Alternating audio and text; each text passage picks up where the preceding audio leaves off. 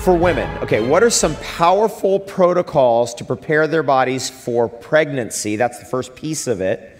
See if you can remember all this. And during pregnancy and breastfeeding, how can women continue to nourish themselves? That's the second part.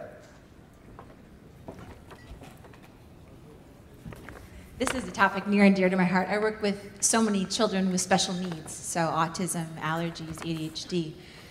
One of the biggest things that you can do when you are working we'll take on the first half, when you're considering getting pregnant, first thing to do is to really get clear on your body is going to be the vessel. So your body is the fuel that's going to become your child's body.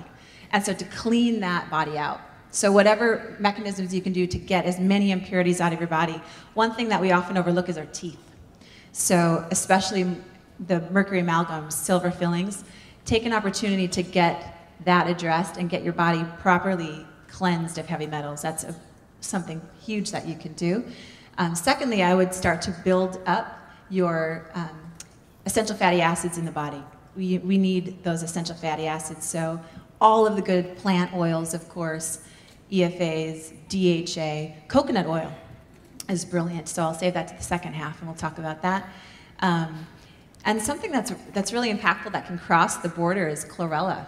Chlorella is brilliant. There's actually a study done by Environmental Working Group, and they actually found that, we thought that when a mother gets pregnant, that the child was somewhat protected from the mother's toxicity. In fact, what we're finding is that Environmental Working Group did this study several years ago that found that the body burden of the mother was in fact passed to the baby. So on average, children are being born with 200 up to 280 chemicals in their body before their first breath.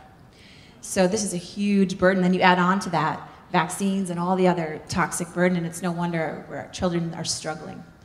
And so, that would be my first recommendation. Clean out that body, get your oils up. Of course, everything you can do to nourish yourself emotionally as well. Get yourself in a great space. When you are pregnant, when you're breastfeeding, I consider that one and the same. So continue to keep your oils up. One of the best oils is coconut oil.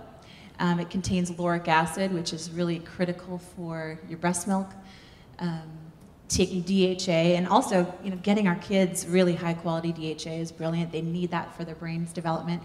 And you can actually take high dose chlorella while you're pregnant as well as when you're breastfeeding. They actually found that it cleans up breast milk. So if you take, and you want to take it in large quantities, 500 milligram capsules, upwards of 10 to 20 tablets a day, even higher. Think of it like a superfood, but that's going to clean up your system so that you're going to pass less toxicity to your baby, both while you're pregnant and while you're also breastfeeding. So those are a couple of really simple things that you could do. Fantastic. That was great. Okay, well, we'll go to Dr. Furman. Do you want to add to that? Yes, I want to add to that. Sure.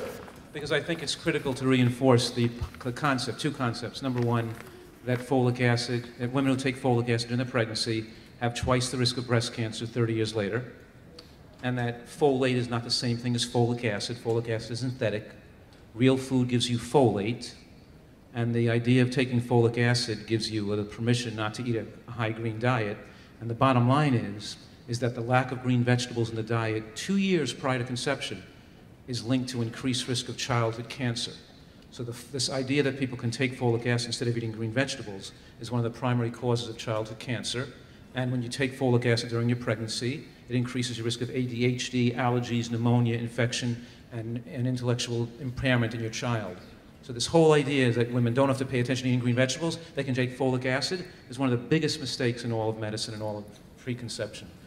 And also the consumption of luncheon meats and processed meats up to 2 years, even years before you conceive, is also linked to childhood cancers as well. So we're talking here that it's not just a diet and what you do during your pregnancy, it's that egg is living in you for years. Actually, the egg was formed when your nails and fingers were formed when you were in your mother's womb. So if you are 30 years old having a baby, that egg is that your child has been in you for the full 30 years and can be damaged by what you eat your whole life. So prepare yourself for pregnancy doesn't mean just wait till you get pregnant. You have to keep on your healthy path all the way.